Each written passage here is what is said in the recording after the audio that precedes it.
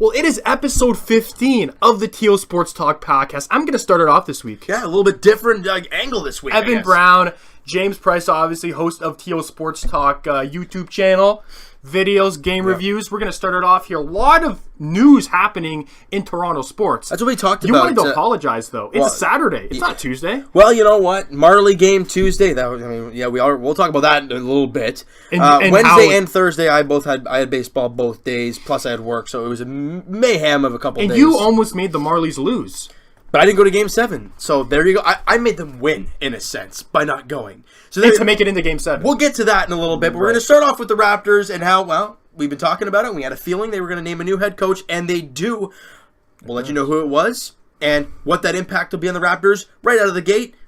And also for the Leafs, about how the Marlies, actually not really Leafs, Marlies win Game 7 of the Calder Cup Finals. We're going to break it all down points-wise, who's leading the team in points, and what this means for the Leafs in a whole. And also, pretty big trade news in the hockey world as well, so we're definitely going to be going through that. And for the Blue Jays, I mean, their up and down woes continue. Sweep of the Orioles, and get swept by the Rays. Now you win the first two against the Nationals. Crazy ride. We'll get to that in a little bit. Like we said, we're going to start right off. This is going to be a long one. We're just going to warn you guys. Maybe, we don't know how long it's going to be. But it's going to be a long one. See how it goes. Questions as well at the end. So let's get this puppy rolling. Nick Nurse has been appointed the 9th head coach of Raptors history, if you will. He was assigned, when was it? A couple days ago? It was this week sometime. Now, I don't know about you, but Jerry Stackhouse was obviously a candidate. Yeah. As in the national team coach for Lithuania. Yes. We talked about him in the last Jerry podcast. Stackhouse has moved on to Dallas. No, it was Memphis. Memphis. For the Memphis Grizzlies. Excuse me. Yes. Now, what does this mean for the Raptors? And is this enough change? Because I don't think it is. No, it's not enough change, but I think it's a good change. You know, I know a lot of people wanted a totally different look, as in a new guy altogether. And I was kind of in that same boat too. On this podcast, 2 podcasts ago, we were talking about how you weren't going to be comfortable with an assistant coach, rather that be Rex Clamian, Nick Nurse being the head coach of the Toronto Raptors because they were behind Dwayne Casey and whatnot. But what's your take on this, and are you happy about the move? For me, I know that you made a video about it, but just to give, and also my opinions too, because I don't know if you guys want to hear my opinions, but I want to give my opinion, so go on. I think it's so hard to say right now, and everyone and their grandmother is going to say that, oh, it's assistant coach Dwayne Casey, therefore this team is going to do exactly what Dwayne Casey wanted them to do. You know, Nick Nurse is basically the same coach. Hang on a second. Now, if he was not the same coach, wouldn't he be not fired, but wouldn't he be maybe the second coach? Because if somebody is the assistant coach of a coach, they obviously have the same mindset. Well, you also think about it this way, though. Mike Babcock, you know how many coaches he's groomed into some great NHL head coaches? Who? Well, there's been... I know the Walrus on Ottawa. I know he wasn't the greatest, but he did bring them to the Cup Finals, and he, excuse me, but he was a pretty good coach there. There's been some other guy. I think Alain Vigneault was an assistant coach of his back in the day, if I'm not mistaken. That's what you got to do. And for Dwayne Casey, Rex Clamian's been a guy that's been by his wing. There's probably been some things that Nick Nurse, has mentioned to Dwayne Casey, but he didn't. You know, he has his way of doing things. Now, question for you. I don't know if I should do some pre-research on this, but has he ever had a full-on coaching position? Well, you can look that up, and I'll keep going about Nick Nurse. But just the way I feel about Nick Nurse, I mean, look, everyone's going to say that he's Dwayne Casey. Give the guy a chance. All right? Give him an actual chance to prove to us that he's not Dwayne Casey, and that, for what I hear, a lot of the things we've been complaining about Casey, Nick Nurse does better. Like in-game situations, like pulling guys if they're struggling, putting in guys if they're hot, making the right calls in-game. That was a huge problem for Coach Casey. That was that. So, Nick Nurse, I can't really find much of him, but he was hired by the Raptors in 2013. So, he's been with the team for quite a long time, almost 6 years. See, this is the reason why I think it's going to be pretty much a Dwayne Casey 2.0. I don't know if it is. You don't know. No We have fans no can clue. speculate. We can only but tell. he's been around for so long. He's been behind Dwayne Casey for an extremely long time, so I think he's going to bring the same style of play and the same mindset to the Toronto Raptors as Dwayne Casey. And I don't know if that's the right option for the Raptors right now. It's not working. Now, what I've heard, and I mean, whether it's true or not, it's remained to be seen, I guess. But I've heard that Nick Nurse was a huge part of the new offense, as in the three-point shooting, which the NBA is. The Raptors had to adapt. Yep. Yes, they didn't shoot a great percentage this year, but they had to shoot them because that's what the NBA is now. Right. Nick Nurse apparently is a huge part of implementing that play. Yes, you can implement it, but Right. if you don't have anyone to implement it, as in a three-point shooter on your team, that's up to Masai. then that's but the I'm problem. just saying Yeah. I understand what you're saying. he changed it. Dwayne Casey's more of the defensive mindset, that kind of thing, right? So you're saying Nick Nurse is more offense, Exactly. and in the playoffs, he is, and apparently he was a very big key contributor to the bench mob. Apparently, that's what whether that's 100% true or not. Right. I'm not sure, but if that's the case, Yeah. I don't know if he was if he was in complete control of the bench mob, because what would... Well, I don't know if he'd be in complete control, but I he don't must have been a think big factor of that. As in what? I don't know, helping groom these guys. You know, Dwayne Only Casey- time will tell, but I feel like if a Jerry Stackhouse was in power, completely different. And I think that's But would what... he have meshed with Kyle Lowry? Because Jerry Stackhouse is a very upfront, Is straightforward, Kyle Lowry going to kinda be like around? a punch-up kind Is of... Kyle Lowry going to be around, even with Nick Nurse? Well, if Lowry is not around, then this team's not a contending team. No matter, I mean, depending what they move him for and all that kind of stuff. But if they do, and just what Masai did, because ultimately it was up to him about Nick Nurse hiring. you know what? If it was him or the president, I got to give Masai a lot of credit. well, And just hear me out. I didn't know if Dwayne Casey was going to be back because I thought Masai had fallen in love with the roster, the coaching staff, and everything, and he wasn't going to change anything, tweak a couple things, and that was it for the season. But he fired Casey. He knew he was going to lose, Rex Galamian, the other assistant coach, can't remember his name, but those guys are gone. yes, but this isn't a bold statement at all. No, wait, no, not yet. Not yet. No, not at all. A bold statement would be not bringing in, but hiring Jerry Stackhouse. That is a bold statement. But the question is though. I mean, the G League is one thing. Changed its name. Yeah, last year I think it changed. The G League is one thing. The NBA is a totally different monster. Now I get the success with Jerry Stackhouse in the 905. I understand that. Well, But he's in the NBA. I mean, the Leafs are doing something similar to what the Raptors did with Sheldon Keefe. Can he become an NHL head coach? It's most likely certain he could. Can these assistant coaches for the Leafs groom under Mike Babcock and then eventually be a head coach somewhere? We don't know. We don't know if that was what Dwayne Casey But was doing with obviously, Nurse. he's a good assistant coach. He's been with the franchise for, like I said, almost 6 years now, since 2013. So, For me, I'm not going to complain about this move until I see what happens on the court. for me, I'm not happy about it, but I'm not disappointed. I'm neutral right now because I don't know what to expect. Exactly. I would have loved Jerry Stackhouse over Nick Nurse. I don't know if I you're would have the same. loved Messina, the guy on the Spurs.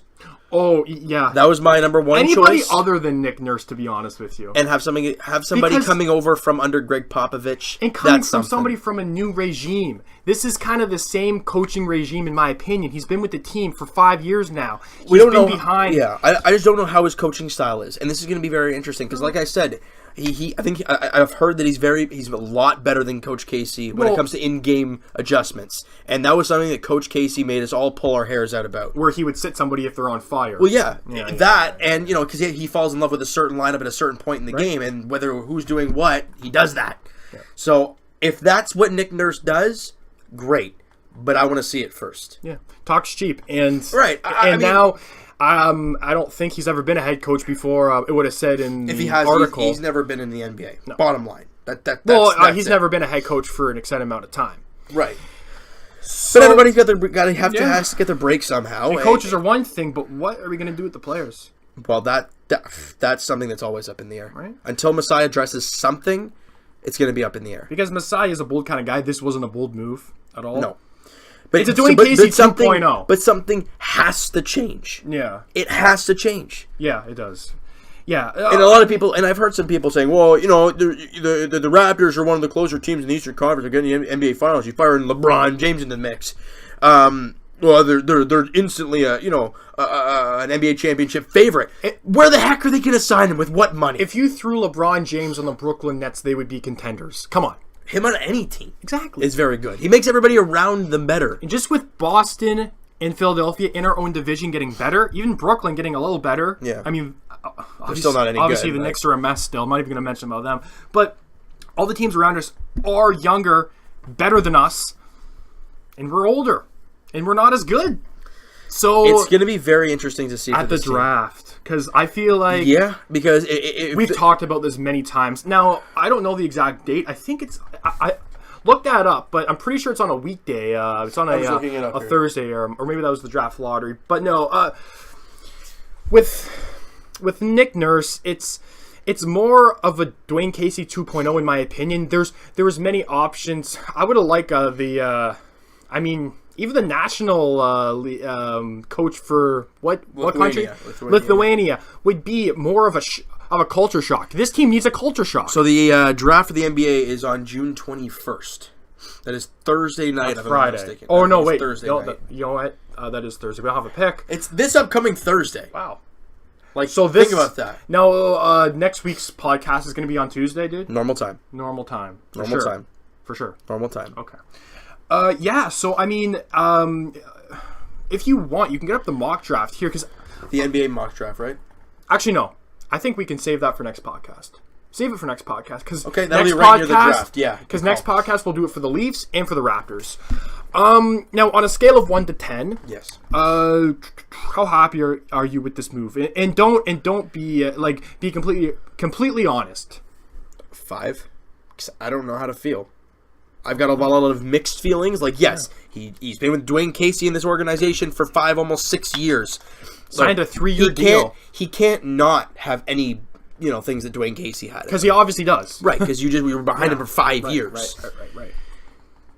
But if he's as different as everybody's saying he is, all these reporters... But who's saying he's different? Well, as in the coaching style. I don't know. Yeah. If that's the case, great. But I want to see it first. That's why I'm a neutral 5. Right. What do you think? What's yours? I mean, to be completely honest with you, I'm about a 5, but maybe even a 4. Because this team needs a culture shock. We're going to be stuck in limbo. They need a culture shock with players. And with coaching. Well, we're going to be stuck in limbo if we keep this non-culture shock up. With the players, with the coaching staff, with whoever involved. Maybe even the GM needs to go. I don't know at this point.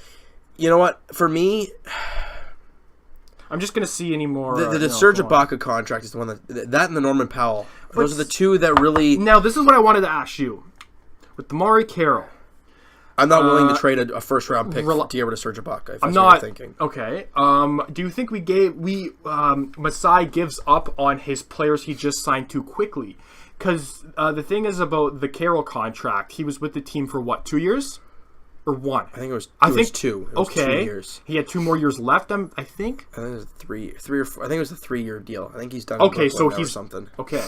With that being said... Was it worth giving up a first-round pick to not have him this year? Well, at the time... Honestly, he didn't do bad in Brooklyn this year. Well, at the time, I think it was a little bit of a overkill. Yeah, it was more like, just get him out of here, please, type of move. Well, you and your video were happy. Well, because we wanted him gone. We were all feeling that way. But for a first? We were all feeling that way. It doesn't matter where the first was. It's a first-round pick. If it was a first-round pick for this year...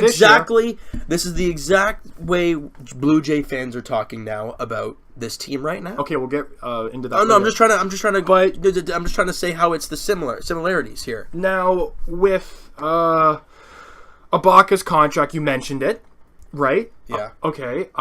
You're not willing, because right now you would have to throw in a draft pick to get rid of his contract to a team. No team's going to want the abysmal playoff performance of Serge Ibaka. There's no way. So with Masai, if he were to unload that massive contract, he would have to give up another draft pick. Rather that be a first or a second. I don't know. I don't think it's first, but it may have to be a first. Or I want to have to be one of the young guys. And that's... Yeah. Is that something we're willing to do? I don't know. Will it free up cap space? Well, yeah, but really, there goes our future. Right. And that's what we did with Carroll. So... I don't think you should. And plus, he had 1 bad year, guys. Well, he was really bad in his second year. He was bad and injured in his first. But you have to look at Serge Ibaka as a whole, what he can do. We saw what he did on the Orlando Magic, for Christ's sake. We saw what he did on the OKC Thunder for 5 or 6 years. For me, Serge Ibaka has relied way too much on the 3 ball. And he can't shoot it. His mid-range jumper is actually very good. And I don't really think he's not mobile. Now, yes, he is tough. He's a tough guy, but he's not that The NBA mobile. is about being mobile and moving. Yeah. It's like the I agree. NHL. It's not about being big and being a fighter anymore. I'm just saying, I don't think... Well, first of all, we can't afford to unload Serge Ibaka because we'd have to throw in a draft pick. And with our team going forward with losing Lowry or DeRozan, do we really have a choice? So my question is then, with Ibaka, because we saw this year, there were a lot of times this year that Ibaka was playing the 5, the center. Yeah. Because they were playing small, and that's a lot of teams do that now. For more mobility. If that's the case, and this team wants to do that a lot more moving forward, Right? do you move JV? It's more of a movable piece, It's still a massive contract. but it's a movable piece. It is. He's a very good offensive player. He can grab the rebounds. And he's younger than Ibaka. He's like 3, 4 And he years showed he younger. can shoot the 3. Right. But I don't want to trade him, though. But to get some cap space and sign somebody, you got to get rid of something. Well, not really to sign anybody, that's the just thing, to get you know, pieces back. That's the thing I've heard a lot from Raptor fans, and I love them all. But they want to get a guy like LeBron. They want to get a guy like Paul George. But they don't really want to trade anybody. They don't want to get rid of these young guys. How else are you going to get them? Well, first of all, those 2 guys you just mentioned are free agents. You wouldn't have to trade for them. Well, no, but Second of all, money-wise I'm talking. Because you won't be able to sign them otherwise. so then you wouldn't need to trade a young guy because they have no cap. You would They trade do have cap. They got contracts through the draft. minimal contracts. The big ones, the big boy contracts. Well, there's big boy contracts, and then there's like a size. star. Those contracts aren't nothing. If you want to unload a big contract, JV, Serge Ibaka, those are the 2 guys I can think of. Lowry, DeRozan, those are your 4 guys you can trade If away. this team can get a big player beside DeRozan and Lowry and take the onus off those 2 guys almost 100%, well, not 100%.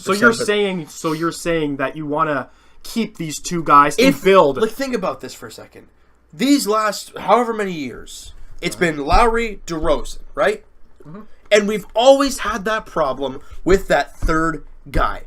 And all teams are doubling Kyle, they're doubling DeMar, and we have to kick it to Carroll. You got to kick it to Serge Ibaka. To JV. And they're missing their shots, and we're like, oh my god, if only we had a guy who could make their shots and have that 3rd option. Now, see, for me, what I would do is I would trade JV to either a contending team or a bottom feeder team, get that cap off your books, and get pieces back, smaller pieces, and then you sign somebody in free agency. Now, that isn't a perfect world. Easier said than done trading JV. Yeah. Even if he is more sought after than Serge Ibaka. Right. Well, my opinion is that if you're going to try and unload Serge Ibaka, replacing him won't be an issue. I'm sorry, Pascal Siakam, what we saw this year from him, he did a lot. Now, his three-point shooting came along throughout the year. Well, don't you think that's basically saying, okay, trade Jake Gardner and have Travis Dermott basically replace Jake Gardner. That's basically what you're saying for Pascal Siakam, and you really want to put a rookie on or a sophomore? I'm sorry, you're comparing a 50-point guy to Serge Ibaka. 50-point. Jake Gardner, 50 points to Serge Ibaka. Well, that's a big difference, dude. Come on now. Well, no, but I'm basically saying trading one of your starting lineup guys who can still produce. Serge Ibaka had what, 15, 16 points per game this season? Like 12. Go ahead. It was not even close to 15, 16. Really? Yes. You can game looking that one Okay, up. well, trading one of your starting key guys who was, he's shown what he can do. We all know. Not in the good situations, though. No. He was awful in the playoffs. He was awful down the stretch. There were times in the But year you really where... want a to give a sophomore that much pressure on him? He's basically known as the Serge Ibaka replacement. You really want to do that? To get something great, to get another star to play alongside DeRozan and Lowry, maybe put this team over the top, yes. Well, no, to get a star in a different position, or to sign somebody in free agency. Well, that leaves the option open, right? No, it does. It does. Unloading a big and even Norman Powell's contract hurts this team like crazy. If he can show up and be the guy we know he can be, giving these guys that had one good year big contracts and having to trade them out, that's been a problem. Plus a draft pick, and that's how we lose. I'm just looking. He's going down to Serge Ibaka here. Yeah. He didn't average 15 a game.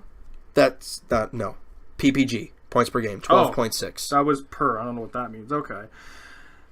You think you should get... yes, he wasn't looked at as good, but we've seen what this guy can do. And if you unload on Serge Ibaka, you're going to have to give up a draft pick. But then what do you do then? keep him. You have to keep him. Okay, then what do you do then? What do you do then? JV. Okay, then who's your big guy? Sign somebody for... you just said more mobile. But I didn't see any big... if we look at big free agent centers, I'm not going to see many. I'm going to look them up here, but... But it's very hard for the Raptors to do something without trading Kyle and DeMar and having that third guy like you mentioned. You're not giving really me any options here other than potentially trading away Serge Ibaka and not attaching a draft pick, which is impossible. Well, how else is this team going to contend without DeRozan and Lowry? They can't! Well, no, if they trade one of them, how are they going to contend? I'm not saying they aren't going to contend. Right. They're not going to contend if they trade one of those guys. So then how are you going to contend with this team moving forward? You're saying, who's saying about contending? I'm saying that they should start fresh. Not necessarily do what the 76ers did, but rebuild. Not fully, not tear it down completely, but just rebuild but stay competitive at the same time. You know? Yeah. Yeah, so that's what I'm saying we should do, because look at the teams around us, guys, in the Eastern Conference alone. So then you're saying trade Lowry and DeRozan? Not both. One of them. And then JV. But Lowry's like 32 years of age now. Okay. DeRozan's more 28. Of a reason why you should unload him. Unload at least one of the big guys so you can stay competitive and maybe give DeRozan more playing time and maybe bolster his stock and trade him. I don't know. There's a point where you have to realize, same thing as the Jays. The Jays are going to, well, not to the same extent as the Raptors. The reason I haven't the Raptors are the Jays 2 years ago. The reason I haven't brought up tanking and blowing this team up the way you're suggesting it, in a sense, yes, of trading Lowry and DeRozan. Messiah's come out and said tanking or blowing it up, we don't do that here. So it's not happening. Okay, so that being said, if it's not necessarily happening and what Messiah is thinking is true, or if he says, then what was do that we do? quoted? Then what happens? Well, you have to give up something right. to get something. So it's Ibaka or JV to get something. You have to. But with Ibaka, even JV, you're going to have to attach a draft pick or a young player to them. Well, it depends what you're going after. JV is a very serviceable player. He is a serviceable player. Still a massive contract, and I mean, really, he's looked at as basically I don't know, like a Derek Favors. He's looked at as a 12, 13 point per game guy, maybe 11 rebounds a game, if that.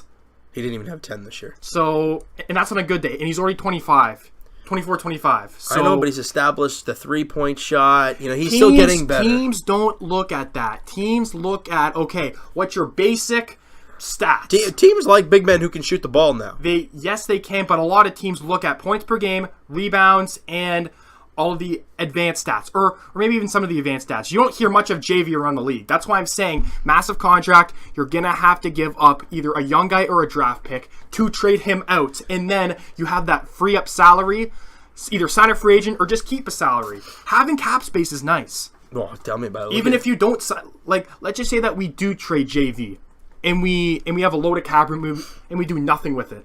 It's fine with me. Cap room's gold. Only time will tell what Masai does. The draft is upcoming this week. I think that we're going to get at least a second for something. Well, it'll be interesting to see. I don't know what's going to happen. I don't know how ballsy Masai is going to be this year. Fred VanVleet? What do you do with him? We talked about this before. I mean, he's a free agent. He's a restricted, but he's a free agent. Do you want to give him the same sort of contract as Norman Powell? No, God, no. Is he going to want a long-term deal? I'll imagine he does. So this could be his big payday. It's going to be undrafted player. Right, so he could not. Maybe this is going to be his best season in his career. We don't know this, or maybe this is just the beginning. We don't know. That's why it's very risky, signing players after one big year. But I know he wants a big contract, or term-wise long. It's going to be. I don't know what Messiah is going to do. That's why I'm sitting back and kind of waiting to see what happens. The first domino to drop was Coach Casey, obviously signing with the Pistons for 5 years. Well, that's a great thing for them. But for players-wise, nothing's happened. No, well, not yet. No, we haven't really seen much around the league when it comes to players moving. He'll be active. We've heard the talks of Kawhi Leonard going to the Lakers and all that garbage. He said that he wants. That's to be his preferable spot. Yes, and he wants to be traded. So he's not a free agent. I don't think so. It's next year. I don't think so. But it's going to be a very interesting year, off season and year for for the Raptors and the NBA, period, because there's a ton of crazy things going on. Will LeBron go back to Cleveland? There's obviously all those. What's your take on I think it's Brian Colangelo, about those burner accounts? I think the 76ers did the right move in moving on. Absolutely.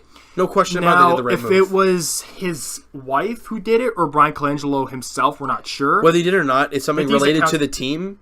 It's cowardly. There's no, what's the reason to do that? What is the reason to do that? No, he denied it first off, which was kind of funny, and then they tracked it. Which tells me that he knew about it and didn't want to open up to it. That's shady right there. Yeah, exactly. And then they found out, and then he came out about it, and then, you're gone, man. That's a great move by the 76ers. Yeah, it is. Problem for them, though. What? They don't have a GM now for the draft. Yeah. No, wait. No, they don't have a GM for the draft. Wasn't he the president? I don't think he was the GM. President and GM. He was the GM of the 76ers, and now they have no GM. Well, they can go in president, I guess. You say they can go and get one? Well, okay, they have about, 5 days, 6 days to do so? No, they shouldn't rush it. No, they're not going to. So that might be, I don't think it'll be a problem. So report, this is actually breaking news, about an hour ago. Suns expected to make a play for Kawhi using the number 1 pick.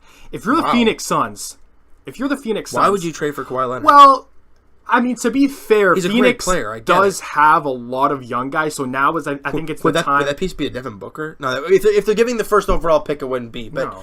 but I think Maurice Chris is one. No. Well, using the number 1 pick, I think the number 1 pick. You think it'd be a 1-for-1 swap? I mean, that's not out of the question. That's a risky trade for San Antonio. Well, San Antonio knows they can't re-sign Kawhi Leonard. You want more than just 1 pick back. But if Phoenix knows that he's not going to... Basically, they have the upper hand. The Spurs don't have the upper hand in trade talks right now. I know, I understand that. I think a 1-for-1. I mean... That's a risky move for the Spurs. This draft is a little bit... I mean, it's not weak, but there's no consensus number 1 like there was Markelle Fultz or Wiggins. There's no number 1, like this guy's going number 1. Okay, who's going after? Right. We don't know who's going first and all that. There's speculation, obviously. And that being said, Booker wants to win now. Well, he's a player that should. I mean, he's darn good, that guy. He is darn good, but he's not necessarily old. No, good. No, he's not. He's like 25, 26. Actually, I think a little bit younger than that. I think he is too, but he's very, very good young player. It's actually interesting to see that the Phoenix Suns are actually making a bold statement. Now, I mean, what San Antonio needs to do now is they need to finally start rebuilding. Yeah, they're done. Tony Parker, Ginobili, Tim Duncan They're like the Detroit Red Wings of the NBA. They've been good for so long. All these guys are getting up there and old. You got to move on. And Kawhi Leonard is basically said, trade me. Yeah. And this is from a guy who's quiet. He barely says anything, barely any emotion in the guy, and he comes out and says he wants to be traded. He's a quiet guy, but that's crazy. That's really interesting. Number 1 pick. I don't know. I can't see them throwing in a Marquise Chris or a Josh Jackson or any of those type of guys. But is that? Let's see the thing. Actually, I'm gonna just because we got a bit of time here left. He says using number 1 pick. That doesn't mean that's just it. Yeah. So. If I were the Suns, I'd be careful. I think the number 1 pick for Kawhi straight up would be not a bad trade for either team. Right, but as the Spurs, you probably want more. They know. I know. Isn't staying. I know, but it is Kawhi Leonard. No, I know. I understand that. So, and you're getting a guy back that you don't really know. Yeah, and could potentially what's his first name? Zun or Zahn? Yeah, I know who Zimmerman you're talking or so. about. Yeah, he's a center. But I know who you're talking about. He's a center. So. Reportedly talks swing included Josh.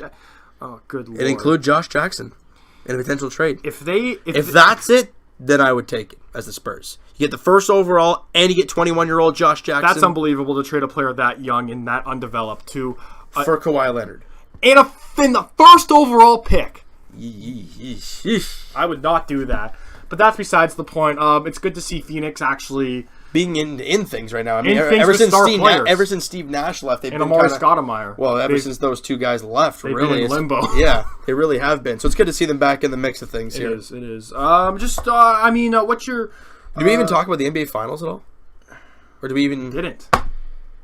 Well, I mean, what else is there to say? Same year, same result. It's a joke. 4-game sweep, Golden State Warriors, champions again. And the funny thing is, and I want to briefly touch on something.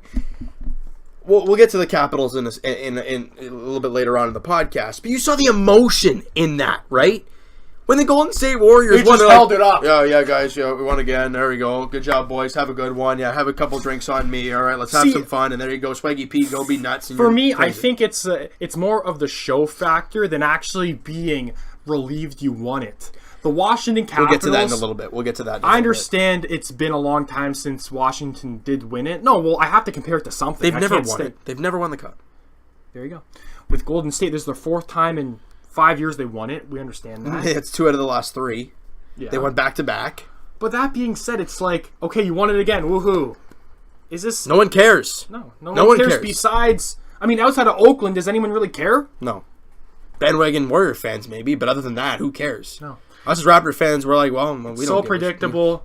I didn't want it to happen. I kind of had a feeling it would have, but I didn't want it to happen. I said 6. You said Cleveland in 7, and they got swept. So that happened. I don't really want to talk about that too much more. I wasn't expecting them to get swept. I thought one game at least. Well, I thought at least they would win 2. I was hoping they would win 2 at least, and make it a series. But no, it was a joke. Where do you think? Okay, a last question here. Where do you think? Oh, I told you it's gonna be a long half an hour segment. Holy smokes! Okay, what'd you say? Where do you think LBJ is gonna go? LeBron James. Oh my goodness, I have no clue. I mean, we've heard obviously LA, and we've heard everybody's going to LA. You know, you got Kawhi possibly going to LA. You got LeBron going to LA. Oh, we hear all kinds of garbage. Paul George going to LA. Oh, this is crazy. I don't know. The NBA is just a bunch of news for me right now. Yeah. See, until things get done, I think that LeBron should stay in the East. Team. I think he should stay in the Eastern Conference. Then he can dominate. Well, yeah, he can pretty much dominate. In the East, but I think that he needs to make a super team of his own, whether that be on the Cavaliers, whether that be on Boston Celtics, whether that be better not go to Boston or Philly. At this point, I don't care where he goes. Because then the NBA is going to be an absolute joke again. Well, it's already a joke. It can't get as worse than this. Would you rather see LeBron James in his man of super teams win against the Golden State Warriors? Yes, because it's somebody new. Yes, it is LeBron James. It's somebody new for the first year, and then it gets repetitive, and they're like, all right, we want this done and over with again. I mean, come on. At least with the Cavs this year, we didn't expect them to go to the finals. We knew LeBron was LeBron, and we did not expect him to get to the finals. We did not expect him to get past the Raptors, for goodness sakes, and we swept them we got swept in 4. Right. And we went into Boston, and we're like, well, Boston's never lost at home, and they lose in Game 7 to go to, and then Cleveland went to the NBA Finals. I didn't think Cleveland was going to pull that off, especially 7 in Boston. Right, and it happened. Yeah. So I don't know what's going to happen with LeBron, but this whole super team stuff, it's pretty sad. I mean, I know Warrior fans are going to say, well, the only part of our super team is Kevin Durant. Who won the NBA Finals MVP both years? Kevin Durant. Well, I would say, even before he got there, it was a super team. Yeah, but that was a homegrown team at that point, though, and that's why I was okay with them, because Curry was drafted, Draymond was drafted, Klay Thompson was drafted. All their core guys were drafted and developed guys. So, yes, it was still a super team. Yes, it was a super team, but it was built by their organization. Yes, it was built by them. And that's why I'm not complaining about that. And then you throw in an MVP candidate every single year in Kevin Durant, and then you win back-to-back championships. But it would be so much TV, because this was the lowest TV rating for a finals in the past. Did we expect anything else? Really? No. Come on. No. When you get the same I kind of want to get off this subject because I'm getting a little bit irritated right now. All I got to say, 4 finals, same 2 teams in 4 years. Adam Silver, fix it. It's a joke. Fix it. All right, now we're going to go to the ice here when things aren't so fixed, because right out of the gate, the Washington Capitals and Vegas Golden Knights are in the Stanley Cup Finals. Talk about that first. Okay. Yes, let's start with that and then go to the Leafs. No, I'm sorry, dude. I'm sorry. The Toronto Marlies, let's start with that. You know what? Yeah, you're right. You're right. Because we have not won an ice hockey championship since 1967. Yes, it is AHL, minor league, whatever, but it doesn't matter. The Toronto Marlies win in 7, and James Price almost made them lose everybody. But you know what? I did not go to Game 7 because I know they were going to lose if I went, so I didn't, so I made them win. Actually, it was funny because a fan was like, oh, tell security to keep him out. I was down. You said after Game 2, you went to Game 2, they lost. You said, that's the last game I'm going to. You went to Game 6, you forced Game 7. You forced Game 7. It's a Game 7 at home, and you won in Game 7 of the finals. That's the way it But should if they be. would have lost, You're welcome. if they would have lost, everyone target T.O. SportsTalk. But they didn't. They won 6-1 over the Texas Stars and captured the Calder Cup. Andreas Janssen with the Conn Smythe, I don't know what it's called there, but The MVP, whatever, of the playoffs. and Ben Smith holds it up first. Congrats to him. And then he signs in Germany. Wow. Is it Germany? Germany. Germany. 3-year deal. And the funny thing is, he was at wants the to get Jays paid. game today with the team, even after signing the deal. Actually, Steve Dangle was at the Marlies game. Did you see him? Game Game 6 and Game 7. Did you see Okay, him no, at Game 6? no, I didn't. With all the boys there. No. But going through the roster, because this is interesting for Leafs fans. Because a lot of Leaf fans are like, whoa, it's just the Marlies, whatever. Well, a lot of these young guys are guys coming up. And, okay, with being at Game 2 and Game 6, I understand they didn't play that well. Right. Well, why didn't they play well? Yeah, you quit that. But I saw a lot of things that, because obviously we're used to watching the Leafs. You don't get to watch the Marlies a whole lot. And I saw a lot of guys that I was really intrigued Now, the in one watching. thing you mentioned to me, Trevor Moore, man. That kid's got a future. Yeah. He's fast. You mentioned that He's to me. strong on the puck. And he is just a hard-working kid. Right. Even Dmitry Timashov, same type of thing. No one really... He's a small guy, puts up a lot of points. No one really expects that, right? Yeah. But he's a strong kid. He goes in the corners, the gritty areas, takes hits, makes plays. He's a good player, too. A guy like Calder Rosen did very well in the playoffs. I'm surprised the Leafs... He Leafs... scored 3 goals in the finals. I'm surprised the Leafs didn't give him more of a shot last season. They gave Borgman the shot over him. Justin I gotta Hall- say, though, Timothy Liljegren didn't really do a whole lot for me. But you know what? He's 18 years old. 19. He's 19. Okay. Well, he's the youngest player. He has the highest points per game for an 18-year-old when he was 18 in the playoff or in the regular season. And it's actually funny, just looking at his face, it looks like he put on a couple pounds. Yeah, and he's the youngest player in Calder Cup history to win the cup. Right. I'm just gonna go. I mean, come on. And the Leafs have this kid. He's a right-handed defenseman, what we dream of. Now, is he a great defensive player? We'll have to wait and see on that. Well, not as of yet, but that takes with time. Offense is always first when it comes to defensemen or players in general, and then the defense aspect comes later. Yes. Right? So just going through some of the players here, it's ridiculous. Andreas Janssen, 24 points in 16 games, 10 goals, 14 assists. The guy looks unreal. Trevor Moore, not far behind them, though. He played 20 games, 6 goals, 17 points, 11 assists. He was fantastic. Ben Smith, Chris Mueller. Grunstrom is a rookie that none people are talking about. The second round pick in the Matthews draft. Right. We got, so like you said, Calder Rosen. Timashov. Alton was very good. Alton. He was kind of nowhere to be found, though, in the... Pierre Enval, after the second round, he was a little bit... Yeah, he kind of dried up a little bit. And the funny thing is, the Leafs actually re-signed Colin Greening to a 1-year AHL contract. Oh, did they? Okay. So he will probably be the captain of the Toronto Marlies next year with Ben Smith leaving. That is the assumption of that. Because we don't know if a Chris Mueller is going to come back. You never know with the AHL, really. You really don't know. And Mason Marchment, man. He surprises me. He's a big guy. He's a heavy kid. I don't think he's going to make the Leafs, obviously. No, but he's it's something you can keep in the farm system. You win the Calder Cup. The Leafs made it to Game 7 of Round 1. Yes, I know, we all know what happened. But they made the playoffs for the second straight year, and you have your AHL team win the Calder Cup. It's actually funny. They almost got eliminated first round against Utica. Game 7. And then they sweep the next 2 series, and then they get Game 7 against Texas. And look at them. Texas, Great job. Unbelievable. Hats off. The Marlies are... listen to this. Okay, first off, it's not the Leafs when I say it. A Toronto hockey team won the cup. Professional, quote unquote. Not some professional hockey team. Not some AAA Toronto Buffalo Bisons, Marlboros or something like that. No, congrats to them if they win, anyways. But congratulations to all the Marlies. I mean, and the one player, stinking good, man. The one player that I did not like in the Leafs, and did not like in the Marlies, Martin Marincin. I want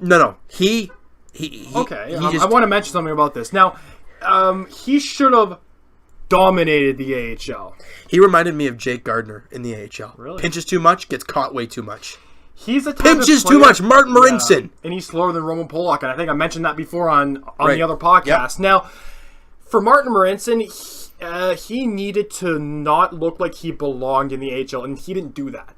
It looks like he belongs in the East. Well, I mean, he wasn't that bad for ECHL. No, I wouldn't say ECHL. AHL defenseman. Yeah, he's all right there, but he's not an NHL defenseman. And we're burying him right now. He's making $1.5 million. So think about that, Leafs I think fans. he's done this year, isn't he? Well, yeah, now he's done, but he was buried, so that's more of a contract off the books for us. There you go. There you go. Yeah, no, but I mean, it looks well. It looks very well. Obviously, for the Marlies, can they do a second? Also with that repeat? Well, I mean, it's very rare for an AHL team to do a repeat. Yeah, it's very difficult because there's so much turnover in the AHL. But the question I have is, with this team winning the Calder Cup, and Garrett Sparks doing as well he did in the playoffs through the regular season, what does that mean for Pickard, Sparks, and Curtis McElhaney? I think that was the question. If we didn't win the Calder Cup, or if we did, that it's okay. Now that they have, and now Garrett Sparks. I mean, I don't think Garrett Sparks really had a he was on the Leafs in one of those bad years. No. But I'm talking about this Texas Star series in the second round and third round. He was dynamite. Texas, man. He was good. He was very, very good in Game 7. When he needed to be good, he made 29 saves on 30 shots. Well, that being said, and with the Islanders reporting that they're willing to give up a first rounder for Philip Grubauer, I don't know if... Well, Grubauer's been a serviceable NHL I'm sorry, backup. though. I am sorry. You do not give up the 12th overall pick for Philip Grubauer. There's no way. Give up a second. Yeah, no, not a first round pick, not a mid first round pick. Not a lottery pick. It was a lottery pick. That's unbelievable. Garrett Sparks. Is that Lou Lamoriello? Yeah. Leaf fans, how do you feel now? Lou is about to offer the 12th overall pick for a backup goalie. Now, I don't know if he actually did that. Whether he did or not. Okay, don't do that. Don't do that. No. But the Islanders are desperate, and they're willing to win now, and they want to keep Tavares. And, oh, by the way, did you hear? Contract talks have started. Yep. I said it from day Problem one. is, though, July 1st is coming up pretty hot. Stamkos did the same thing, man. Stamkos waited a couple days. He signed it. So, Leaf fans... But did Stamkos come out and say that he had preferred locations? But Tavares did, saying LA and Toronto. There were his two possible places if he was going to go anywhere. I think Friedman said that. The smirk, if you will.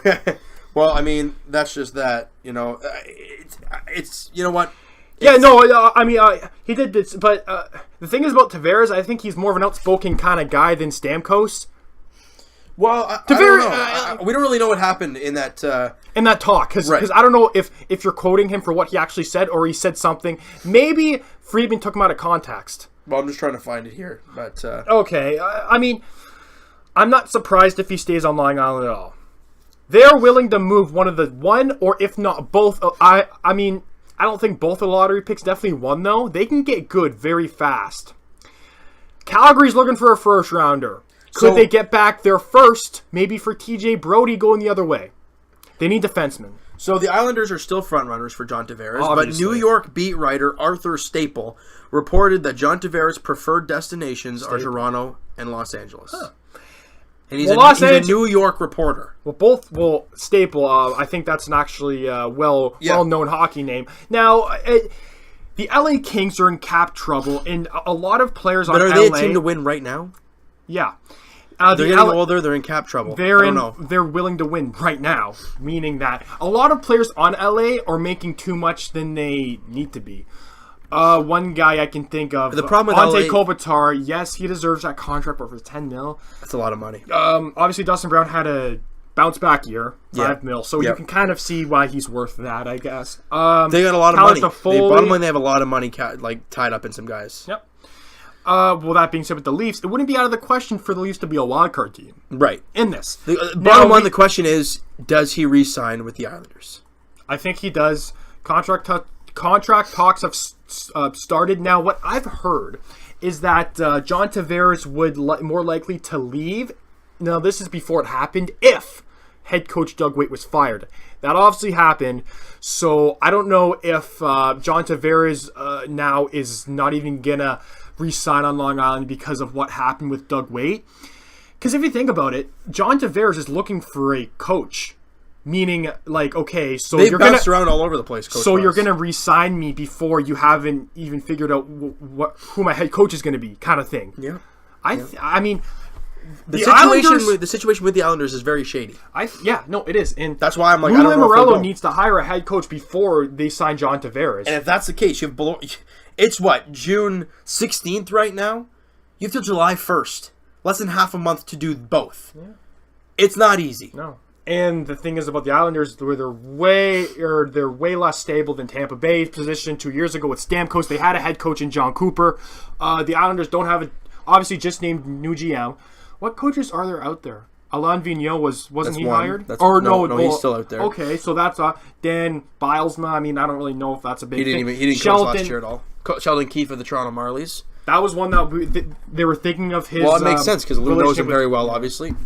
They need to do it before they sign Tavares. Well, they don't care, but I think as John Tavares cares in what he's thinking, he should think, okay, I want to see who they bring in as head coach before I make this deal. I think you can agree with me on that. Absolutely. But the reason I think this situation is more different than the Stamkos one, Stamkos didn't come out and say anything, right? There was no report that he wants to come to Toronto. We just speculated because he was born here. Right.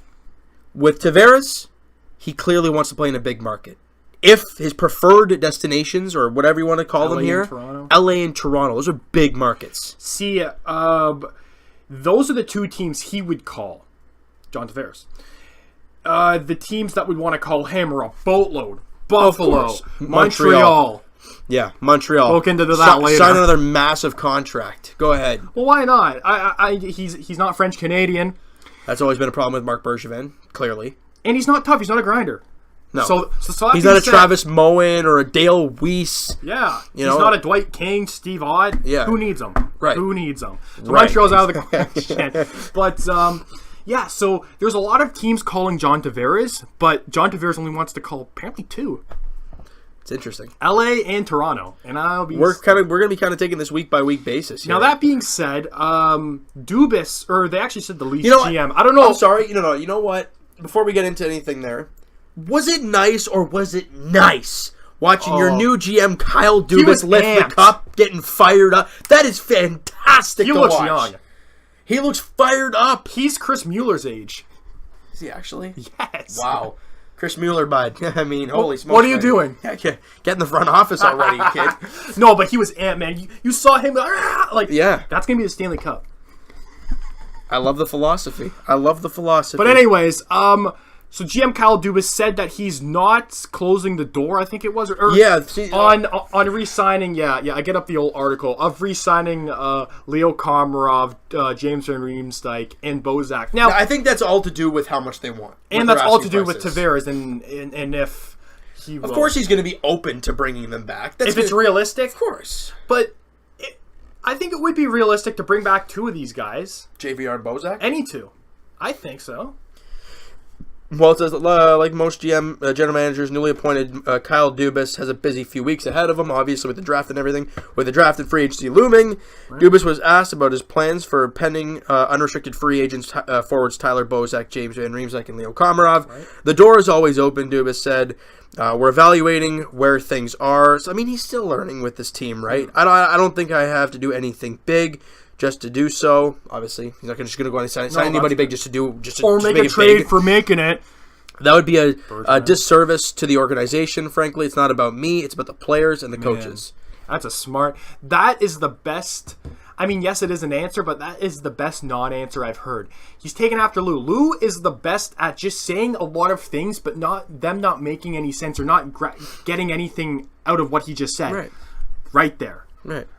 So, I love it. That being said, obviously it's not out of the question. Is it realistic to re-sign all three? No. Well, all three? No. How much is Komarov worth? $2 million? Well, he made 2.5. Like, we want to get into some cap friendly situations with these guys if you're going to re-sign. And we have to re-sign Nylander obviously this year. Right. So it's a question. That's going to be something that's going to happen more in the summertime. Right. After the draft and everything. Right. It's definitely a question mark going. I don't see. Personally, I don't think we're going to make any big moves at the draft. No, I don't. I think they're going to stay course. I don't even think that we're going to trade up at all. I think they're going to stay course, pick where they are. Maybe even trade down. I don't know. Oh, look, we're going to be able to find out. I think it's on Friday. I think it is. Well, I am. Yeah, I think it's on Friday for the Leafs. Yeah. Well, for every team at the draft. Right. There. And now, that being said about the draft and about players and about trading and about, I don't know, maybe a top 3 pick. Who owns the 3rd overall pick? Huh. Well, it's not Buffalo. No, they got number 1. Oh, is that the Montreal Canadiens? What did they do yesterday? Well, the Montreal Canadiens, we've talked about this many podcasts, about them having diddly squat at the center position. I'm going to literally go on right now and look at their centers. And but I'm going to run through their centers real quick before. I know, I'm getting it up here because this is funny. This is hilarious. I'm sorry, Montreal fans. First off, if you guys are listening, I apologize because we're ripping apart Montreal, but we're the Leafs. What are we supposed to do? Yeah. So, center, Philippe Danault. Jonathan Drouin's apparently a center now. Byron Frais, Leaf fans remember him. Sorry, Marlies fans remember him. And maybe French Leaf fans. There you go. That's it. So they have 3 centers. And Drouin's really a winger. So the Montreal Canadiens... Wait. I did not mention Alex Galchenyuk. Why is that? Evan, why didn't I mention that? So the Montreal Canadiens traded away Alex Galchenyuk, they're pretty much their second, even first-line center, to the Arizona Coyotes for winger Max Domi. Now, okay. That being said... They got winger Max Domi. Okay. So they got a winger back. Okay, that's great. Paul Byron, Daniel Carr, Jacob Delarose, Nick Delorier... Brendan Gallagher, Alex Hemsky, Charles Hudon, Terry Lehkonen, Pacioretty, Sherbak, and both Shaws, Logan Shaw and Andrew Shaw. Those are all wingers. And Max Domi. And now Max Domi. Hey, great job on the winger depth there, Mark Bergevin. You meet. Now, my goodness. Now this is. My goodness. I know. Now this is speechless what he's doing, but. To be completely honest with you guys, we're not surprised. Nor Montreal fans should be surprised right now. Now, what I'm surprised about, I'm not. He's still the general manager. Yeah. How the heck is this guy still the GM at this point? Now, all to Max Domi's credit, he's no slouch. If you want, you can just bring up his numbers. No, he's not a bad player. Oh, go on Hockey DB, by the way. Yeah, I have to see his past years. Yeah, he's no slouch, but now he is not necessarily a goal scorer. He had 9 goals last year, while Galchenyuk had a quote-unquote down year with 19. As a center, man. Now, what is Alex... okay, let's just say that Max Domi has a good year. What's a good year-wise for Max Domi goal-wise? Well, I'm just trying to find him here. I'm just getting into hockey. What? 15? 20? That's good? Well, he's played 3 years in the NHL. He had 18 in his rookie year, but in back-to-back seasons, he's had 9. Okay, so what's a good year goals-wise for Max Domi? 15. Okay. Maybe 20 if he's having a great year. Okay, now what's a bad year for Alex Galchenyuk on the Arizona Coyotes goals-wise? 15, 20? Are you kidding me? This guy's going to be their premier guy. No, well, that's a bad year, so I'm saying this is their premier guy. So and then he'll be, for the Montreal Canadiens, his worst year was 9 in his rookie year. Then he had 13, 20, 30, 17, 19. Bottom line, he had a 20-goal year, a 30-goal year, and a 19-goal year. 3 years that I just mentioned. 3 years. And he's a center. Max Domi has never hit in any of those points. And no slouch to Max Domi, but he's looked at as a grinder. That's why I'm saying. And now go to my NHL mock draft right now. Yes, I will do that. Because the Montreal Canadiens, yes, this is a mock draft, are drafting somebody at 3, which I've never even heard of. Hold on. Let me get to it. My NHL mock draft. Oh, this thing comes up so much clutch. Now. Okay. So, now I apologize in advance for all our Finnish fans listening. This is the 3rd overall pick we're talking about. So, number 1, Rasmus Dahlin, right, to the Buffalo Sabres. Number 2, Andrei Svestikov of the Barrie Colts to the Carolina Hurricanes. Everyone's thinking, they're going to go after Philip Sedina. Or even Brady Tkachuk. Right, they need a shooter. And Brady Tkachuk, he's a big left winger. There you go. No. But then again, this guy is a center. Well, that's why they're drafting. Oh, no, okay. So, what's his name? Oh, boy, here we go. Kotkaniemi. Kotkaniemi. Jesperi Kotkaniemi. Go to his Hockey DB quickly, because I've never heard of this guy before. I think he was probably supposed to go in the mid-first round a couple weeks ago. Now Montreal's drafting him at 3rd? Come on, at least trade down for the guy. 29 points in 57 games. Well, that's in an all-men's league. It's not a bad pick, don't get me wrong, but... Third overall? Philip Zadina is sitting in front of you. Yes, he's a winger, but you traded away. You just acquired a winger. Why? You could have kept... you could have kept Galchenyuk and drafted Zadina. Now, you have Max Domi, who's worse... Goal scoring wise. Than Galchenyuk, and you're gonna draft Kokanyemi, who's worse than Zadina. Now, Zadina did play in the OHL. He was playing in a men's QMJ. It doesn't mean it doesn't matter. I'm sorry. He has 40 goals. We've talked about goal scoring being a very big issue for the Montreal Canadiens. Zadina, for OHL standards, 82 points in 57 games is for a third overall pick. It's okay. You look at what Mitch Marner did at fourth overall, back then. 44 goals in 57 games. And he's what, 18? Hello? Yes. Hello, Montreal. Are you there? Personally, dude, at this point, I think Mark Bergevin has to be trolling at this point. There's no... This is an NHL 16, 12-year-old move right there. It's a joke. I could see if there was a draft pick attached to Max Domi, I could see Galchenyuk for Max Domi a second. That would make a little more sense. Well, because no. Because they actually get a draft pick back. Straight up trade. I'm speechless. This Montreal Canadiens team, honestly, it just makes me laugh. Because if you were watching my Jays video right there, yesterday, you would have seen me laugh. And I laughed at the Montreal Canadiens because what are they doing? What are they doing? It's a joke. It's sad. It's hilarious, though, as Leaf fans. As Leaf fans, I'm just saying, keep it going, Montreal. Sign this Yamir Kokelemon guy. Screw the entry-level contract. Sign him to a 10-year deal at $7 million per year as an 18-year-old. Why not?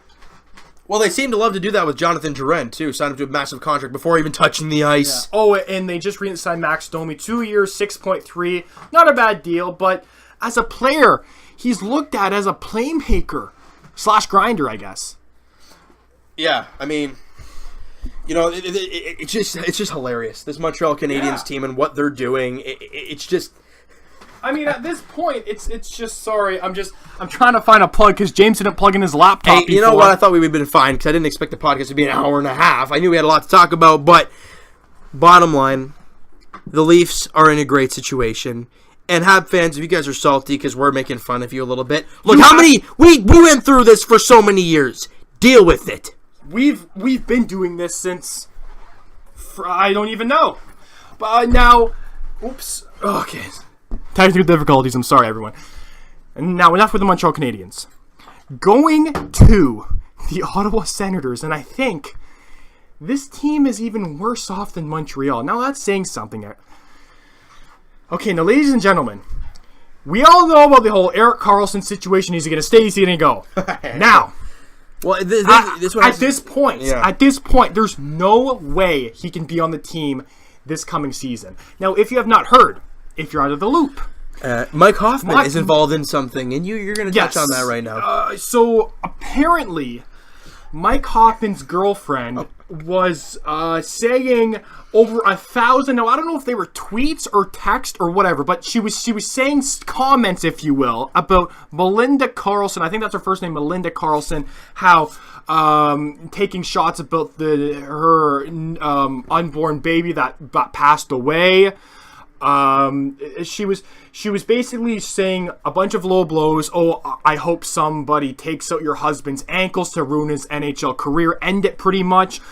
Very heinous comments directed towards the Karlssons. Now, Erik Karlsson does not need this at this point. His life is already hectic as it is with the Ottawa Senators. And obviously losing his baby not too long ago. So that's one thing. Well, that's what she was taking shots at. Yeah. There's no need for that. There's no need for it. Now, that's one thing. The second thing is that Mike Hoffman and the girlfriend denied these accusations. Now, obviously, somebody's lying here. Whether that be... Now, I cannot see Melinda Karlsson because apparently this situation happened when the regular season ended. So before the playoffs even started, this was all going on. So she didn't want the word to get out. She's not looking for attention. Melinda Karlsson is not? No. Oh, Melinda, no. Well, she's not looking for attention. Right. She wants to stay out of it. So I can't see why she would lie about this.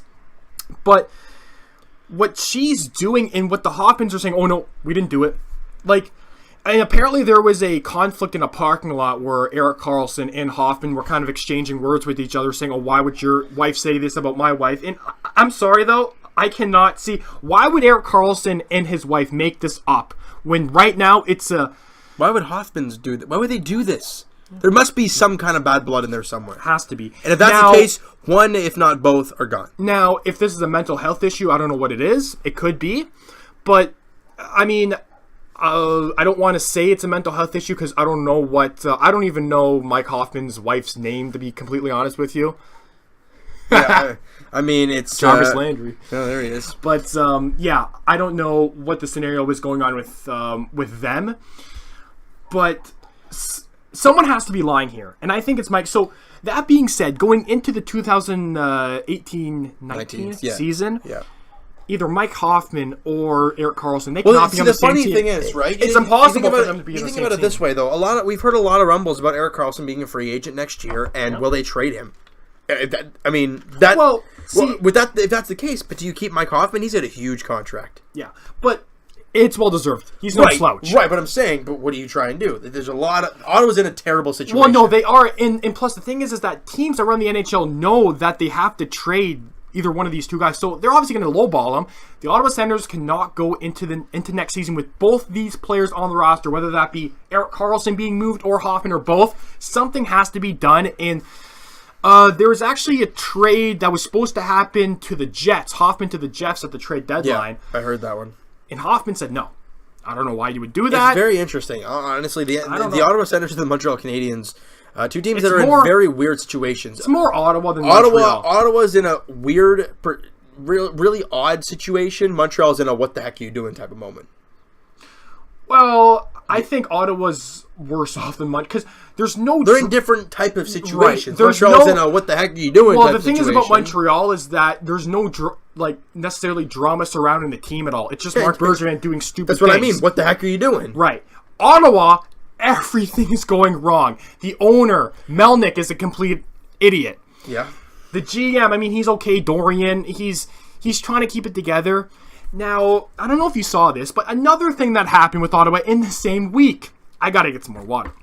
But anyways, so the assistant GM for the Ottawa Senators. Now, they... You're on a roll right now. I am. Holy smokes. The team... I'm just letting them go and see what... The team was going to a pre-scout in Buffalo. They were on a team bus. And the assistant coach went up and asked the driver if he could sit with him. And the driver's like, sure, you can sit right here. Now, the Ottawa GM, I forget his name, he started rubbing the man's assistant. Started rubbing the man's shoulders. This is a 19-year-old kid. The kid basically said, sir, do you mind stopping? He did stop, and then he made crude comments after they left the bus. So the young kid / young adult, whatever. Sorry, the old kid / young adult is the driver who... The driver is saying these things. The driver is the young kid. Yes. Okay. The GM, assistant GM, was doing these things to the young kid. Young adult, excuse me. And now they have recently suspended the assistant GM of the Ottawa Senators, which is the... Bottom line, everything Ottawa Senators related is in shambles. Which is actually the GM of Ottawa's affiliate. Belleville Senators? Something like Binghamton? That. No, Binghamton's done now. I don't know who it Belleville. is now. I think it's Belleville. Something like that. So this guy is basically dealing with prospects, developing prospects, and you're doing this to a 19-year-old kid? Rubbing his shoulders, and he tells you to stop, and you're not stopping? Yeah, it shouldn't be happening, really. It shouldn't. Bottom line is that, the Ottawa Senators did suspend the... Look, we're not against GM. any of, that kind of stuff, but I'm just saying... Well, no, I wouldn't but there's no need for that. Well, there's no need to even bring that up. I'm just saying, there's no need for the assistant GM to do... Like I've said, this guy's dealing with prospects and developing prospects. I would fire him. Yes, they suspended like the Philadelphia 70. I know there was a different situation, of course, but I'm just saying they took action. Actually, it's kind of similar to what the Karlssons are going through. A little bit with Colangelo. Yeah. A little bit. Yeah, a little bit of situation Coincidence? there. And you said, no, probably. No, no. Yeah. No, it's probably nothing to do with each other. It's different sport, different everything. True. Different city, different country, whatever. True. But a lot of shambles, a lot of bad things going on with the Ottawa Senators. Right. You know what I mean? And it's just... shocking I mean, it's not shocking, but it's like, what wrong can go with the Ottawa Senators? It just seems like they're at the rock bottom right now, but it always gets worse. Every day it gets worse. Do you think it can't get any worse for the Ottawa Senators? You think, oh, this really sucks, but let's just try and get through it. And then a couple days later, something else comes up, and we're like, my goodness, like, is it gonna stop? It's brutal. I mean, it really does. But you know what, guys? We're gonna move on to the Stanley Cup Final, and we're gonna talk about that for a little bit here. Like an hour and 3 minutes. This is crazy. Water break. But it was much needed. It was much needed. Let's talk Stanley Cup Finals here. Let's talk Stanley Cup Finals. Capitals win in 5 games. Wow.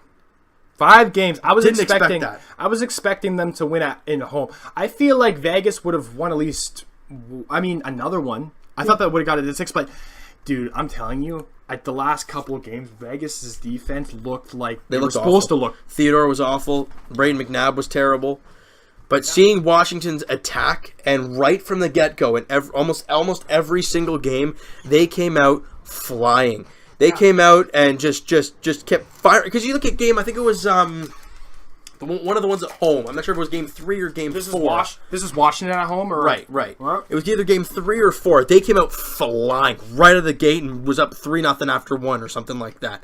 It was crazy. No. And I think that right there turned the tide of the series. And to see, as a second team of Washington Capitals, as a Leaf fan, number 1, obviously, die hard. You said it in your video. Yeah. Washington Capitals, it is crazy to see Ovechkin lift the cup. And seeing how happy he is. He was at the Washington Nationals game, and he was just lifting the cup while play was still going on. I'm sorry, hearing him in the parade and how he was pissed drunk, that is classic. We're not going to effing suck anymore. No, you know what I said at the start of the year? We're not going to effing suck this year. See, now what does that mean?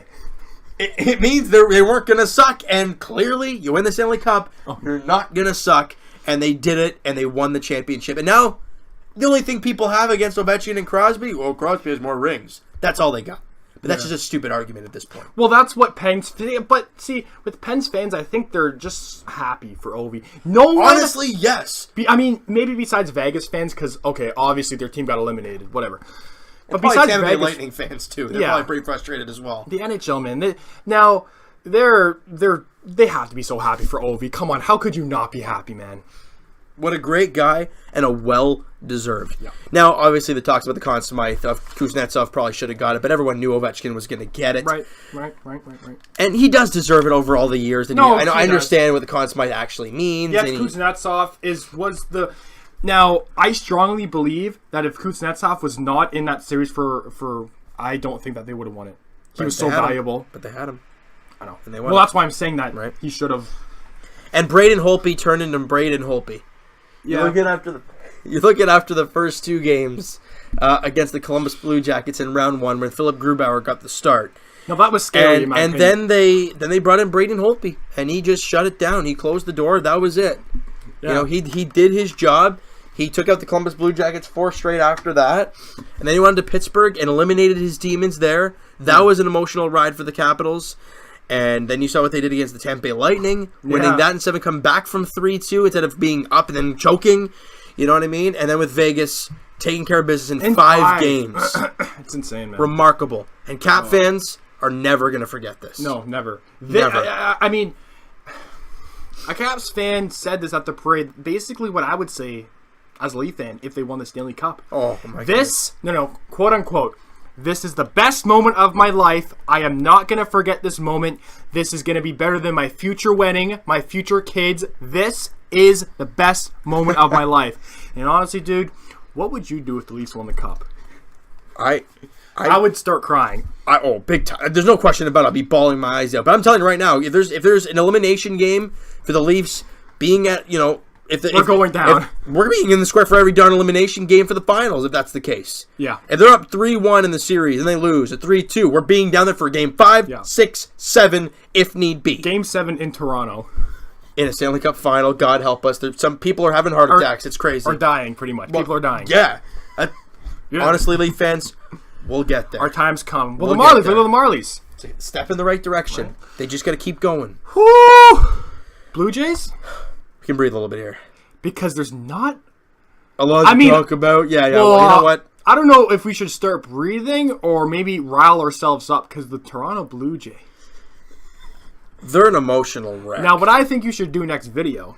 Oh, yeah. Is. What's that? You getting some ideas here, folks. What do we got? Okay. Now, people are saying bring out Tank Nation. I understand that. Now, I went to the Dollarama today. And I saw a big blow up tank. Now, How big was this? It was about the size, maybe 7-8 feet. Good Lord. Wow. So what I'm saying maybe you could bring that out a couple times. Tank Nation, dude. If the Jays falter and they're doing that, they're flip-flopping, they won 2 games against the Nationals today, is Tank Nation out? I don't know. Wow. The way they just got swept against the Orioles, against Tampa Bay. But they sweep the O's. I know. It's the Orioles. I know. Then they get swept by Tampa. And then they come back and they play a really good Washington Nationals team facing Gio Gonzalez, one of the better starters in the National League, and flipping Max Scherzer today, arguably, if not the best starter. Kershaw's obviously there, but one of the best starters in the National League, and you beat both of them. Okay, now that being said, will you bring out this Tank Nation bit? Everyone's talking about it. I don't know. At times we feel it. Jays fans, when we see a garbage game, we feel it. But when they win and they show us a complete effort like they did today, we're like, should we believe? I don't know. I mean, obviously there's 7 games under 500. It's funny because all the DMs right now are saying, "Oh, Tank Nation? I don't think so." And then we've been seeing stuff like that, and I mean, I don't know either. Some people saying, Tank Nation when we lose a couple games. Tank Nation, no, not on Tank Nation anymore. When we win a couple games, we gotta hang in there. You either have to be one or the other. James, pick one. Are you about Tank Nation? Yes or no? Yes. Okay, you are. Now that's all I gotta hear because I was with the Tank only reason Nation. I am is because with this team right now, can they contend? Say it again. About the Tank Nation bit. Yes. You are. Yes. Full thing. Yes. No, the full thing. Say it in the microphone. I am a part of Tank Nation. There, you heard it here first. All right. You know why though? I'm not saying it because I want this team to lose. I'm saying it because Jays fans, realistically, I know we want to see our team do well, and I mean, look, if they find a way to win 12 straight and they end up getting in a wild card spot, great. I won't be depressed. I won't be upset. I'll be happier than a pig in crap. Whatever it may be. Yeah. But do we expect that? Do we expect this team right now, 7 games under 500 with a ridiculously tough stretch coming up, facing the crazy good Atlanta Braves? Then you've got I'm sorry, what? Yeah, you heard me. Look, the Nationals are second in the division. The Atlanta Braves are first. No, that is a bruh. Yes, it is. Last time the Braves were good, we're in the late 2000s, like early 2000s. Well, yeah, back when Chipper Jones was on the team and all that kind of stuff back in the day. But then you face the Angels. So you get the Nationals right now, the number 2 team in the division, 7 games over 500. Well, you almost swept Then you get I can't believe that one right now. The Atlanta Braves after tomorrow. Right. With the Atlanta Braves coming in starting, I think it's either Monday or Tuesday. Then after that, you go to LA to take on the Angels, who are a wild card team right now, and are there. Obviously, it's a very good team with Mike Trout and all them over there. Mm-hmm.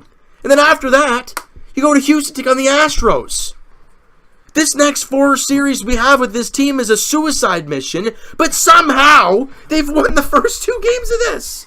So, and you being a longtime Jays fan, and you've been watching and playing baseball for a very long time. Yes. I mean, can you say anything like what's different? What like they're actually playing hard, and as we said from day one, if this team can get some good starting pitching, they'll win games. Have they? Yes. Estrada? Marco Estrada went 6 2/3 of he's been great. Now, that was also a mention that, I don't know if you or somebody else, about Jay potentially trading him at the trade deadline. Well, if this team is full-on Tank Nation, yes. And you are? Yeah. Okay. Why not? No, I am too. Because I know Jays fans... You can't expect to make a wild card spot when you get swept by pretty much one of the worst teams. No, the funny thing is, guys, and I know Jays fans, I know we think about wild card spot, and first off, you've got to get through the Angels, a very, very, very good ball club. Yeah. We also have to remember, Boston and the Yankees are in our division. Problem, only one team can win the division. Let's say the Yankees do. Well, that other team goes in the wild card spot. So bottom line, you'd have to play either Yankees or the Red Sox in the wild card game. Either way, no thanks. It's tough. Yeah. And I know Jays fans, I know we want to make the playoffs, but look, realistically, if this team even got remotely close and got in, would they make any damage at all? Out in the first round, in my opinion. If they make it, right? Just because with this team, I don't think they can make the playoffs the way they are, and only time will tell, really. They stink, man. Yeah, well, I mean, as of right now, they're up and down like a toilet seat, as they say in some of my videos. No, they reek. And I mean, the thing is about the Jays is that, well, I mean, like you said before, even if we make the wild card, we're gonna be having to face either Boston or the Yankees, the Reds, or Boston or the Yankees, Boston and the Red Sox. Yeah. There you go. Boston or the Yankees. And it's not realistic. Yes, we want to hope. We've been saying this for so long. Tank. Trade, get assets, trade Smoke, trade Donaldson, trade whatever you can. Because Smoke, Donaldson, J Happ, even Marco Estrada, they're all aspiring contracts. Oh. How's Sam doing? Gavilio? Well, he's on the mound tomorrow against the the Nationals. Last two starts have been a little bit iffy for him, but is there anything else you want to say? Well, I guess a little Vladdy Jr. He was on the DL for 4 weeks. Yeah, I saw that as well. I hear things are going well for him, and also the Jays. We haven't really. I think we talked about their draft last week, and they signed 9 of their 10 prospects. Are these the first couple? Yeah. Oh, okay. The first 10 rounds they signed 9. They would be up. Problem, they didn't sign Dunedin or whatever. No, well, it all depends on where they. I think they'll probably start with the Vancouver Canadians, which are lower than the Dunedin Blue Jays. Right. But all right. So if they sign them, can they be sent all the way up to AAA? They can, but that would be a suicide mission. Okay, but they can probably. Okay. But the only person they didn't sign was Griffin Conine, the outfielder out of Duke. What round? Second round. So that's... Well, he was committed. Or no, he was already in Duke. No, see, that was the thing. They just haven't signed him yet. I think I heard yesterday they have till July 4th, July 5th, something along those lines to sign him. So they still have some time. But the great news is Jordan Groshans, the first round pick, and oh my goodness, I can't get up his name here. The third round pick, the pitcher out of Magnolia High School. Jays fans, third round pick. Leave it in the comments. Yeah. Oh my goodness. Okay. Well, again. Anyways, the pitcher for Magnolia High School, same as he was committed. Jordan Groshans and the third round pick are from the same high school. They've been buddies since grade 5, and they went through the draft the same year. They got drafted by the same team. They're probably going to be playing on the Vancouver Canadians together. I mean, it's basically a dream come true for those two guys. That's incredible. They signed him too. He's a right-handed pitcher. Looks good. Only time will tell. But Vladdy's obviously injured. Can't wait till he gets back. That's good. Bo's hitting a little bit better. Can't really say much else, but I mean, we've seen Aaron Sanchez look a lot better for the Blue Jays. He's been a lot better as of late. Stroman, very good news. On Monday, he'll be having a start in New Hampshire at AA. So either that's his. I don't know if that'll be his final start before he comes back up, or he'll have one more. But that's just great news from Jays fans to hear about that. Steve Pearce is actually. Was batting today in AAA Buffalo. He was batting second. I think he was in DH, so he's close back from injury. So it looks like the injury bug is helping the Blue Jays a little bit, other than Troy Tulowitzki, which we still have no clue what's happening with him. I was going to get onto him. So do you think his career's over? I don't know. Honestly, I have no idea. I have no idea. The way you're paying him, you need him to play. But if he physically can't play... Well, I mean, then obviously you can't play him. But I mean... Yeah, I don't know. I don't know what's going to happen with him. Any news about Osuna? The court date, what day is it today? 16th. It is going on Monday.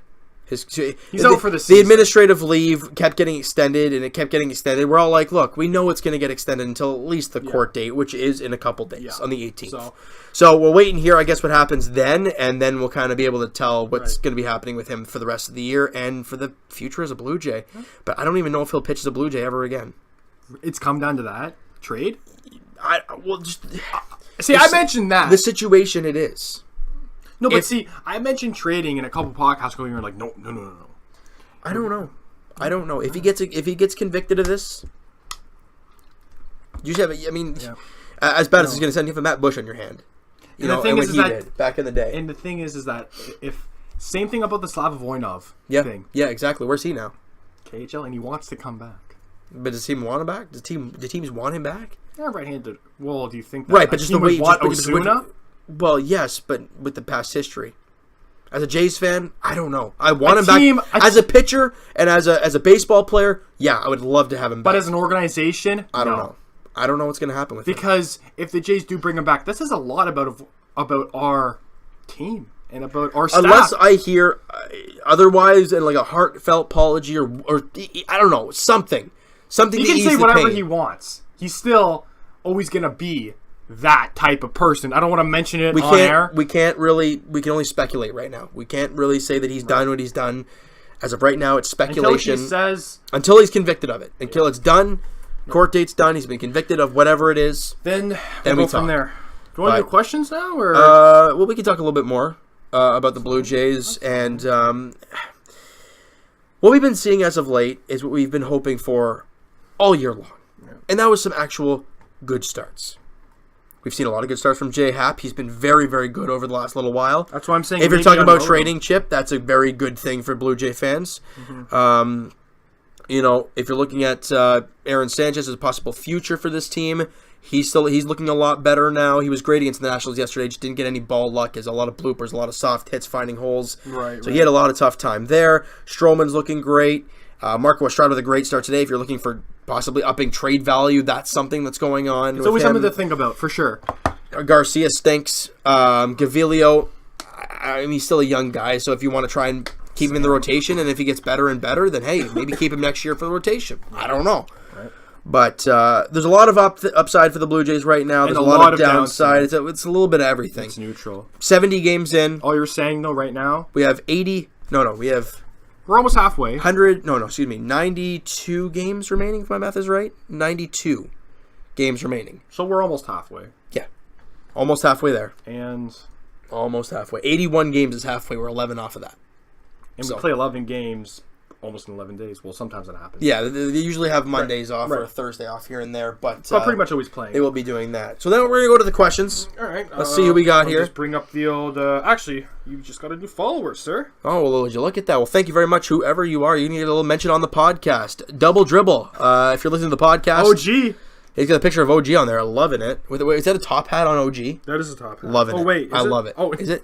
Oh, it's just with his hair, it looks like a top hat. He's just wearing his hat at draft day. Okay. That's funny. So, Kaz is saying, hey, James, just curious. What size of hat do you wear? Ever think of getting one with the blue and white? Actually, I did have a blue and white hat quite a while ago. It just got too small on me. And, Kaz, you're probably one of the biggest Blue Jay fans, man. We're shouting you out. Yeah. Okay. What size is my hat? Oh, boy. Yeah, what size is your head, I guess? Aren't you, 7 5/8. You have a big head, I have a fairly decent sized melon, if you want to put it that way. 7 5/8, I think it is. Decent sized melon. So what is it? 7 5/8. 7 5/8. I think that's what it is. Okay. I'm pretty sure that's what Michael, it is. the man, we still want you on the podcast, buddy. Do you think the Atlantic Division got easier from the Montreal trade yesterday? I don't know if it got easier, but it just made us laugh more because Montreal and Ottawa last year were garbage, and with Ottawa's fiascos going the way it's gone, I think it's just going to get worse for Ottawa. I think it's a minor trade for our division. I could see if a blockbuster like Shea Weber was out of our division. Okay, that's... Galchenyuk, yes, he did hurt the Leafs quite goals. a bit. Yeah, he did hurt the Leafs quite a bit, so he's gone, thank goodness. But I don't think it's going to hurt...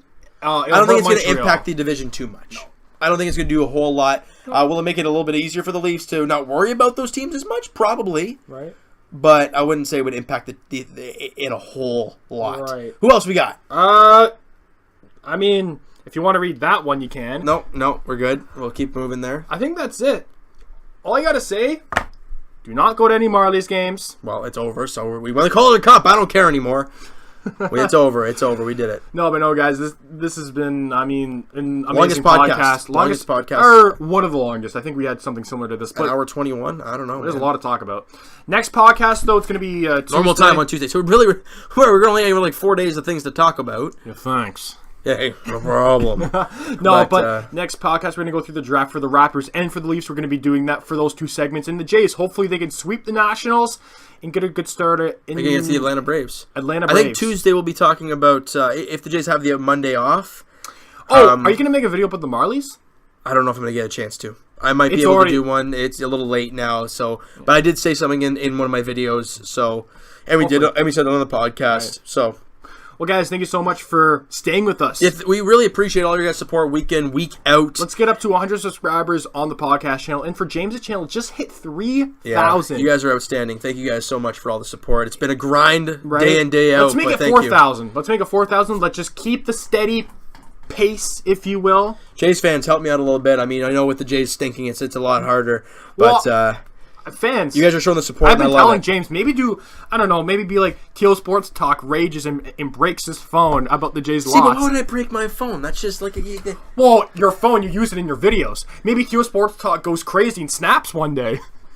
Yeah, well, simmer down a little bit there, kid. I don't snap that much. My rage videos are pretty crazy, but. Yeah, but anyways, guys, we they're love emotional. you. Yeah, exactly. No, but guys, we love you, man. So next Tuesday, me and James will be talking to you, and you'll be talking to them. Well, thank you guys so much for everything. Also, guys, Twitter is down below. So follow up to the main channels down below. Also, guys, thank you guys so much week in, week out for the podcast support. And follow my Twitter, too, if you guys want. Simmer down, All-Star. But Evan and I will talk to you guys this upcoming Tuesday, like 4 days from right now. As we hope for more positive things to talk about, we will be talking about the NBA draft, going through all the NHL players, draft, kind of seeing possible situations that if the Raptors make a move, this is the guy they should look at. Or the Leafs could make a move, and whatever. The Leafs moving up or down to get a guy. We'll talk to you guys then about all that great stuff. And Jay's positives. Sweeping the Nationals? That'll be nice. And if they don't play Monday, we'll be talking to you guys Tuesday anyway, so we won't the Nationals game is the only one we can talk about. But, hey, you know what? We really appreciate your support, and Evan and I will talk to you guys this upcoming Tuesday afternoon, back to regular schedule, and I will talk to you guys tomorrow, a little bit later than the game, because I'll be at the game tomorrow with my dad. Father's Day, got tickets. We're going to the game tomorrow. It's going to be a hot one, but I'll talk to you guys tomorrow night as the Jays look for the sweep against the Washington Nationals. Well, Evan and I will talk to you guys on Tuesday. Peace.